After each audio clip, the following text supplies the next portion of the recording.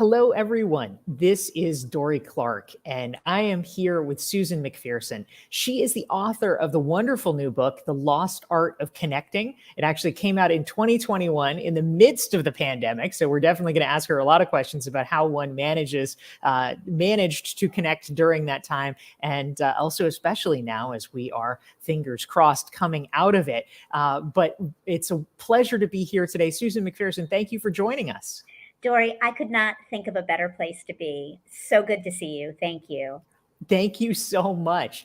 And for all of you joining us live, please feel free to type into the chat box and let us know who you are and where you are watching from. We'd love to hear from you and to take your questions for Susan about the lost art of connecting. So Susan, let's start with the obvious.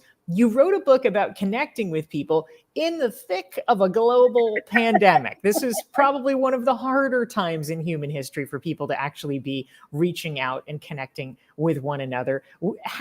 Let's start with you. How did you stay connected to people during the last couple of years? What did that process look like for you? Well, very, very challenging. I live alone. I don't have kids. I don't have parents. I don't have a significant other. I do have a wonderful dog, but we speak a different language. So every morning, neurotically so, but it kept me connected. I would text, WhatsApp, phone call, email, shout out my window to 3 to 5 people every day. And there were 3 goals. 1, put a little joy in the world. 2, ask people how they were doing. And 3, just flay my arms up in the air and say, don't forget me. And people would ask me, and they still do, how do you have time? And I always say, I have time to brush my teeth. So that is how I stayed as best as I could connected, and then walking like a fiend just so that I would see people outside my 4 walls. I love it. That's so important. And I love the element of proactivity in all of this, because I think one of the big challenges that so many people have is that somehow they expect social connections to happen or to come to them, but we really have to put in a lot of effort behind this. And so one of the things that I'm curious about, Susan, is you mentioned in your book that for a long time, you assumed that connecting, that being a connector was kind of a normal thing, that everybody did it because you grew up in a family where this was prioritized. But at a certain point, you realized, oh, this is not how everybody does it. I'd love to hear more about that and what you've discovered as the differences between between yourself, or somebody who's raised with a mentality that, oh, this is normal to be connecting with people all the time, as compared to somebody who maybe just it feels a little alien. What are the key points of difference, and how can you actually get through that barrier? Well, first and foremost, you have to understand the benefits that will come, right? If we don't understand from a behavior perspective how building connections, making introductions for people that actually is going to come back to help us, then I can't force you to learn. I also always want to distinguish between networking and connecting. Okay, if you look up the definition of networking in the Merriam-Webster dictionary, it's pretty icky. But if you look up the word connecting, completely different. And I liken connecting to being more feasible and manageable for people, even if they're shy or introverted, because it's one-on-one, maybe one-on-two, over the long haul. And most importantly, leading with how you can be helpful to others versus what can I get? What can this person do for me? Because I fervently believe, and my professional life has been a result of this, is that when you are helpful to others, the help comes back in spades. And just a side note, I founded my company 9 years ago, McPherson Strategies, at the grand young age of 48. 90% of our business over the last 9 years has been inbound. So what that tells me is making time and space for connections in my 20s, in my 30s, in a good part of my 40s, actually has come back and financially rewarded not only myself, but my 15 employees. So I think that the long and short of it is you have to understand why this is valuable, and you have to get out of the fear that it is you walking into the classic, rubber chicken dinner, if those even still exist, and grabbing cards. This is not that.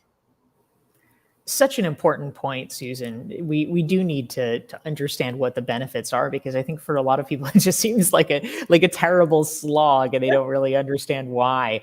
And then, if you're coming into it with the wrong mentality, a lot of times people expect something to magically happen within a week or two of meeting someone. This is a point that you make. Of course, this is not about what happens next week. This is what happens in the next 10 years, 20 years. We don't know. So I think you raised such an important point. We're here with Susan McPherson. She's the author of the new book, The Lost Art of Connecting. And if you're enjoying this conversation, hit the like button, hit the share button so your friends can benefit from it. We want to say hi to some of the great folks who are tuning in and joining us. We're so happy that you're here. We want to say hi to Mirnaz from Louisville. We have our faithful friend Cheryl from Minneapolis, St. Paul. Julie's here from Denver. Vinka's joining us from Burlington. Marina is in Tampa. We have a LinkedIn user from Pittsburgh. Tanya's here from Sacramento. Rosinda from Madrid. Neil is tuning in from Vietnam. Jen from Southern California. Angela from Salt Lake City, and many more. We're so happy all of you are here. Type your questions for Susan McPherson into the chat box. I love it. So many great people. It's like the Tonight Show. Yes, I know. I mean, we're here to have a good time, Susan. That's what it's all about.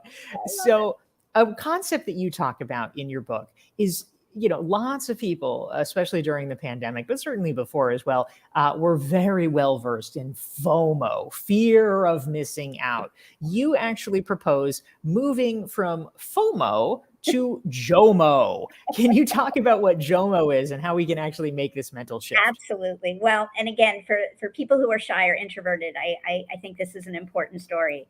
First of all, the JOMO I'm talking about is not what you think it is. It is not the joy of missing out. It is the joy of meeting others. And to be a better connector, one of the most important and instrumental ways is to be a convener. Now, that can send the fear of God into someone who may be shy. I, unfortunately or fortunately, am an extrovert. You can probably already tell. But in my next life, I'm going to try being an introvert. Regardless, one of the chapters in my book is all about how to be a better connector, even if you are shy or introverted. But the point here is, when you decide that you find joy in meeting others, you don't have to be the only one inviting. Okay, we live in a world where you can get two other people, and Dorie lives this every day because she's also a super connector. And that is, I could gather 3 people for coffee. We could have such a nice conversation that we could repeat it, and I could ask each of those people to invite one other person. And voila, you're up to 10, although I don't think I'm doing my arithmetic correctly. But the notion is, don't ever feel that if you want to truly find joy in meeting others, that you have to do all the inviting. You can bring others in through the power of the crowd, as small as that crowd can be.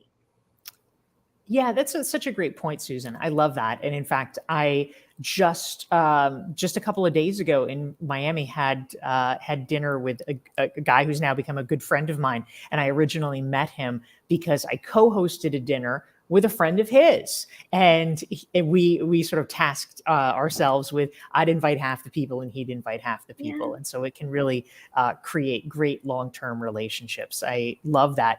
We're here with Susan McPherson. She's the author of The Lost Art of Connecting. If you want to learn more about her book, just go to thelostartofconnecting.com. And if you're enjoying this conversation and want to make sure you never miss one of our weekly LinkedIn Better sessions for Newsweek, then please make sure you go to dorieclark.com/LI. That's LinkedIn. You can follow me on LinkedIn. You can subscribe to my LinkedIn newsletter, and you will get reminders about these sessions. So you can check it out every week. And we have so many great friends tuning in from around the world. We want to say hi to Carlos from Monterrey, Mexico. Rudy is joining us from France. Arun is here from Toronto. Our friend Bernhard from Munich. We have Renee from Costa Rica. Jyoti is joining from India. Shubhadra is here from Guyana. Alan from Rochester. Srinivas from India. Philippos from Athens. Amber from Gold Beach, Oregon. And Yevgenia from Finland. So we're thrilled to have all of you. I love our international crowd. And Susan, a great question came in from Vinka. She is curious. She wants to know, how do you figure out what you can give people when they seem so much more serious or experienced than you? I mean, we've all heard, lead with value or be helpful. But if somebody seems like, oh my gosh, they have so much more experience, they know so many more people, they have so much more money or power or whatever, what could I ever do for such a person? What would your take be, Or Susan? they're so much taller than you. That happens to me every day because my license says I'm 5 foot, so I will just leave it. But on Zoom, I'm 6 feet. Um, that's a great question, Binga. And in the book, I talk about this notion of finding what your superpowers are. And I mentioned earlier about this notion of leading with how we can be helpful. Well, we can only be helpful when we can figure out how we can be helpful. And when you are meeting with someone who you perceive to have more power or more experience than you, it is all the more important to walk into that meeting or that introduction knowing what your superpowers are. And no matter who you are, whether you are just approaching secondary school or college, or you're approaching retirement, you have superpowers and they're going to ebb and flow. And sometimes somebody will say to me, well, Susan, you have all this experience. What? And I'll say 2 words: TikTok. I, for the life of me, can't figure out TikTok. So if somebody comes up to me and says, Susan, I will help you, guess what? None of the power dynamics even matter. So I don't mean to be so flippant about it, but the point is think every day, every week, what are your superpowers? They're going to change, they're going to ebb, they're going to flow, but you all have them. That's fantastic. Such a good observation, and it's really true. What I've found is that if you are essentially trying to compare apples with apples, if you're trying to connect with someone, and let's say you're a beginning speaker, and someone is a super experienced, super expensive speaker, well, you're never gonna feel like you can add value to them. But you might be able to help them with weightlifting strategies that they don't know anything about. A foreign language, coding. The other thing to do is we have a beautiful gift today, and that is we can almost find out all sorts of things about someone before we go in and meet with them. Do the 5 minutes of research. Check out their feed on Twitter or their career trajectory on LinkedIn. You can find out if they have grandchildren on Instagram. Do a little bit of research to find what I call the commonalities in the uncommonality, so that when you do go in, the power dynamics are even, okay? Because you have an idea of what's important to this person so that you can be focusing on how you can be helpful. Yeah, that's such great advice. I love that. We're here with Susan McPherson. Her book is The Lost Art of Connecting, and you can check it out at thelostartofconnecting.com. We also want to say hi to our wonderful friends tuning in, our new friends joining us. We have Arash joining from Iran. We have our frequent guest, Nathaniel from Austin. Hi, Nathaniel. We've got Brandy from Spokane. Sushma's joining from India. Our recognized expert friend Kuzehan is here from DC. Spencer is joining us. We've got Meta. We've got new recognized expert friend Catherine from Durham.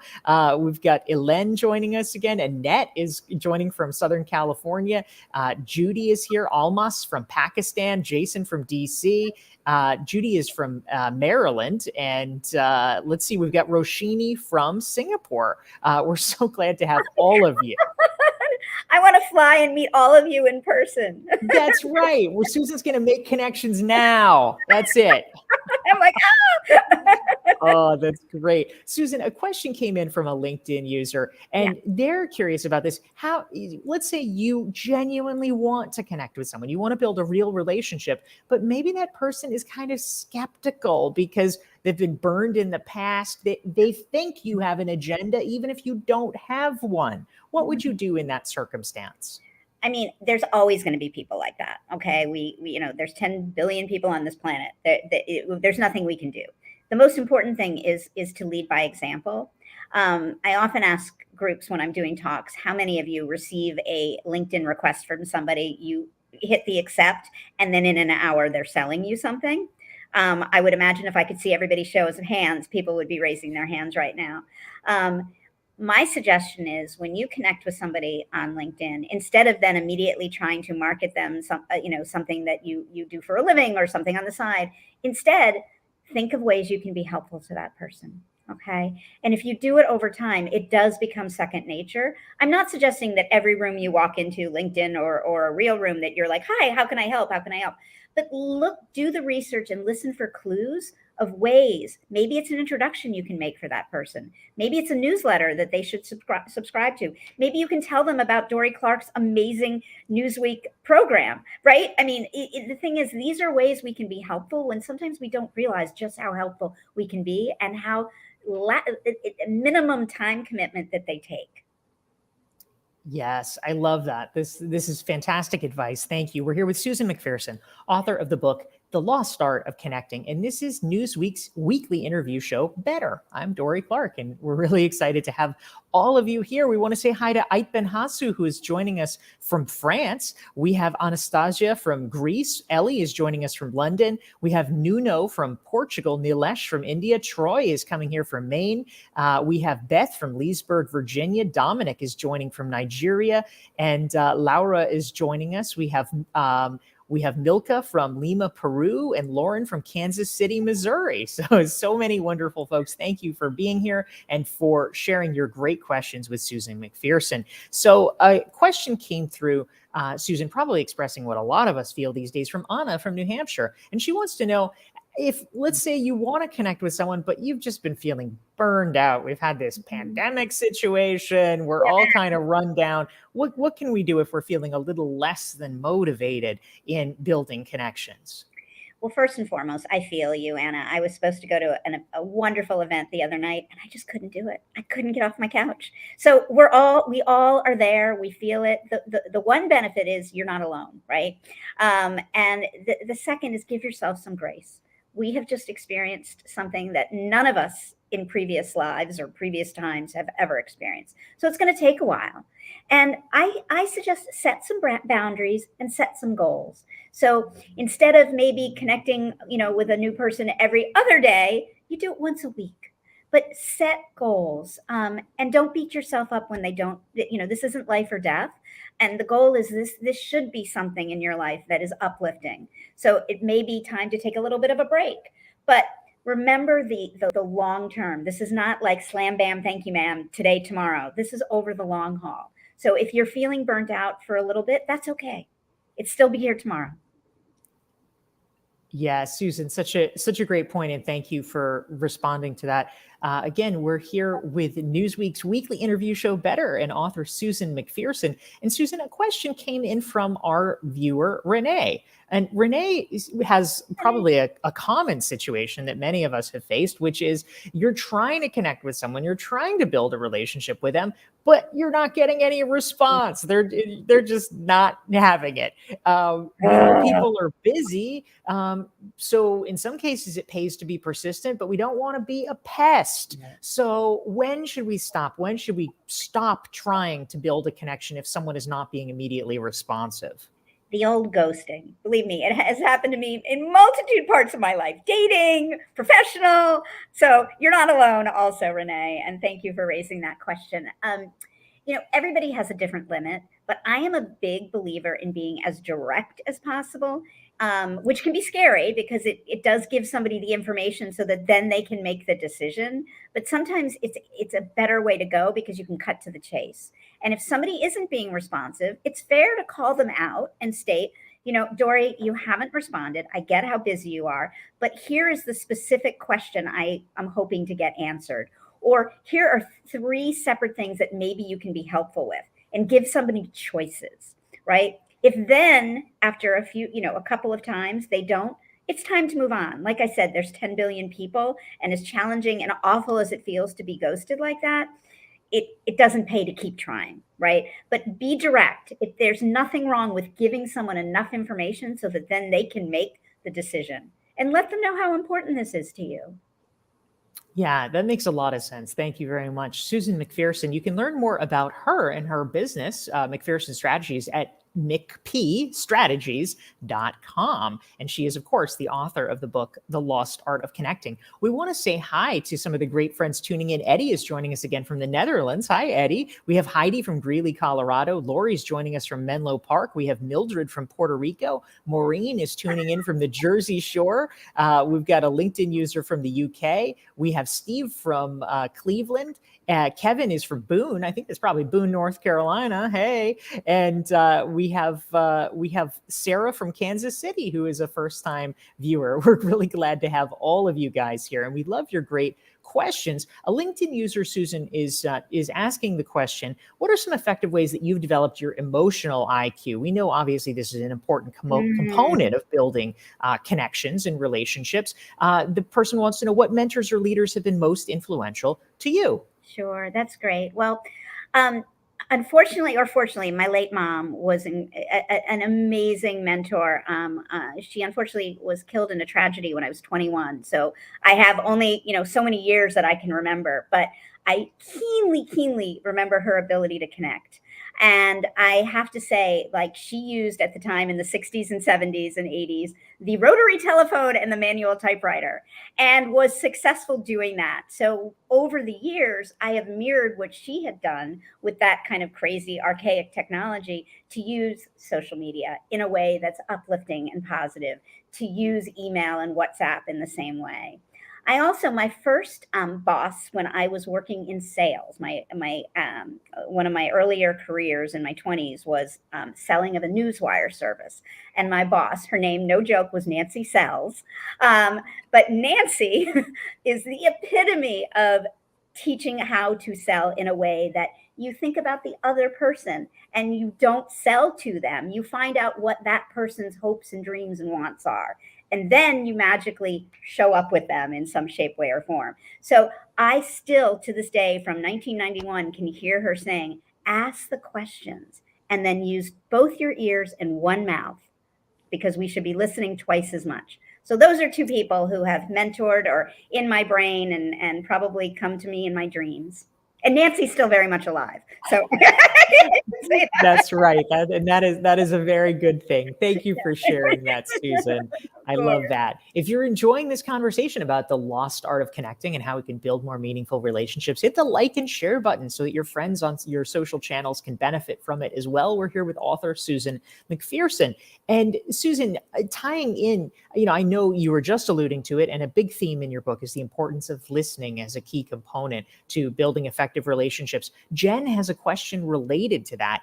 She says, I'd love your thoughts on curiosity. I find a lot of junior leaders struggle with asking curious questions. So if you want to get better at listening and about asking good questions, being a genuinely curious person, what would you suggest, Susan?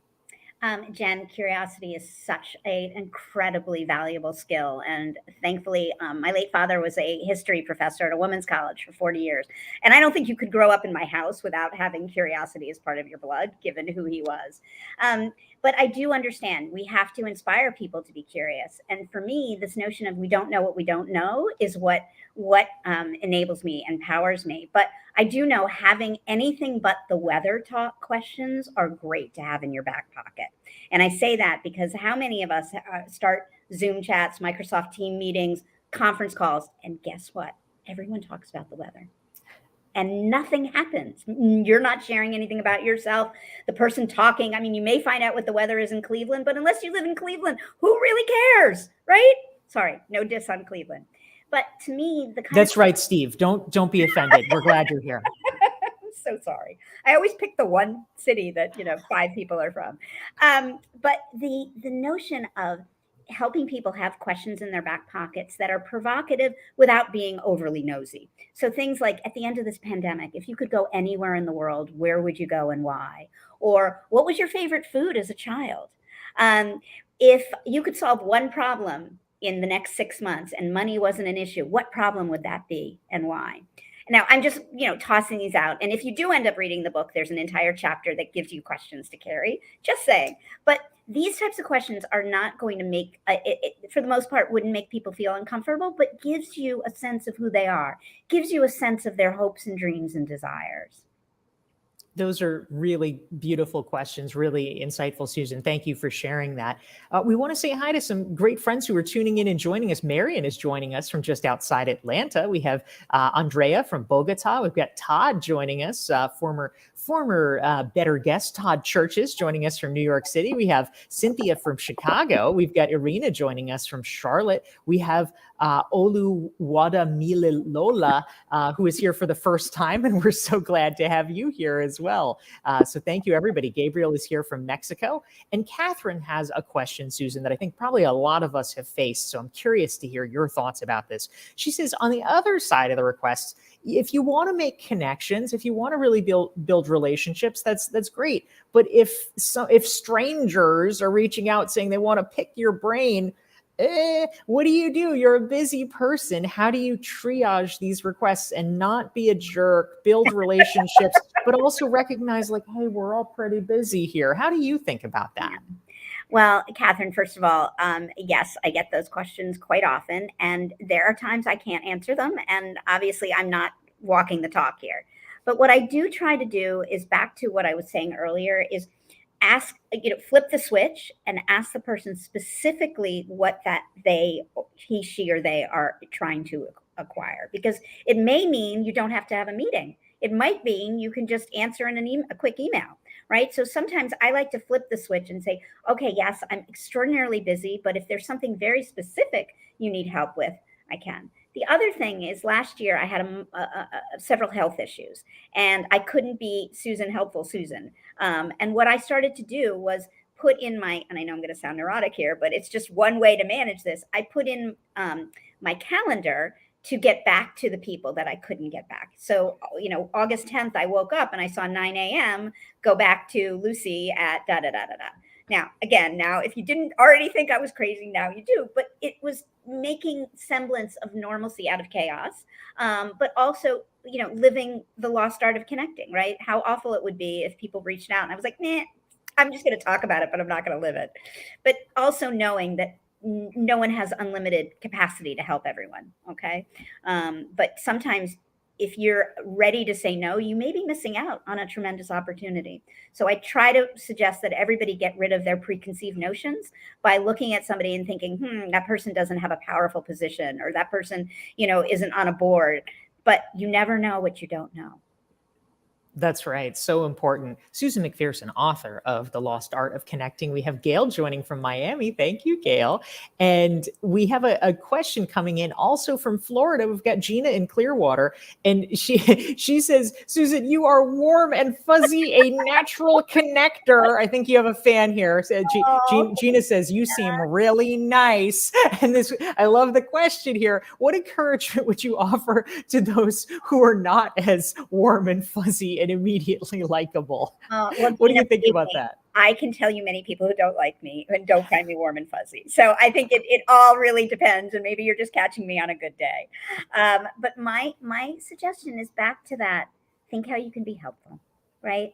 Do a little research before you're connecting or reconnecting, right? I mean, we have plenty of people in our communities, in our circles that we've lost touch with.